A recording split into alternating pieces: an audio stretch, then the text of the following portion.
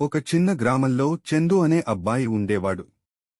అతడు చదువులో బాగానే ఉన్నా ఎప్పుడూ తనకే లాభం కావాలనే ఆలోచనతోనే ఉండేవాడు. ఇతరులకు సహాయం చేయడం అతడికి ఇష్టం ఉండేది కాదు. ఒకరోజు గ్రామంలో పెద్ద తుఫాను వచ్చింది. రాత్రంతా కరెంట్ లేకుండా గ్రామం అంతా చీకటిలో మునిగిపోయింది. అందరూ భయపడుతూ ఇళ్లలోనే ఉండిపోయారు. చందు దగ్గర మాత్రం ఒక చిన్న దీపం ఉండేది. ఇది నా దీపం, నేనే వాడుకుంటాను అని అనుకున్నాడు. అంతలో పక్కింటి ముసలి తాత వచ్చి, నాయనా, కాస్త దీపమిస్తావా? నాకు కనిపించడం లేదు అన్నాడు. చందు క్షణం ఆలోచించి దీపాన్ని తాతకి ఇచ్చాడు.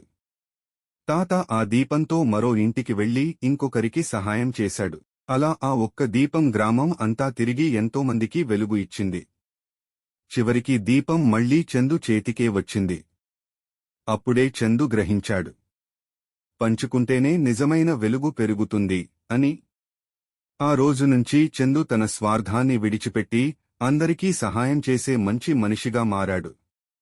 పంచుకోవడం వల్ల మన వెలుగు తగ్గదు, మరింత పెరుగుతుంది.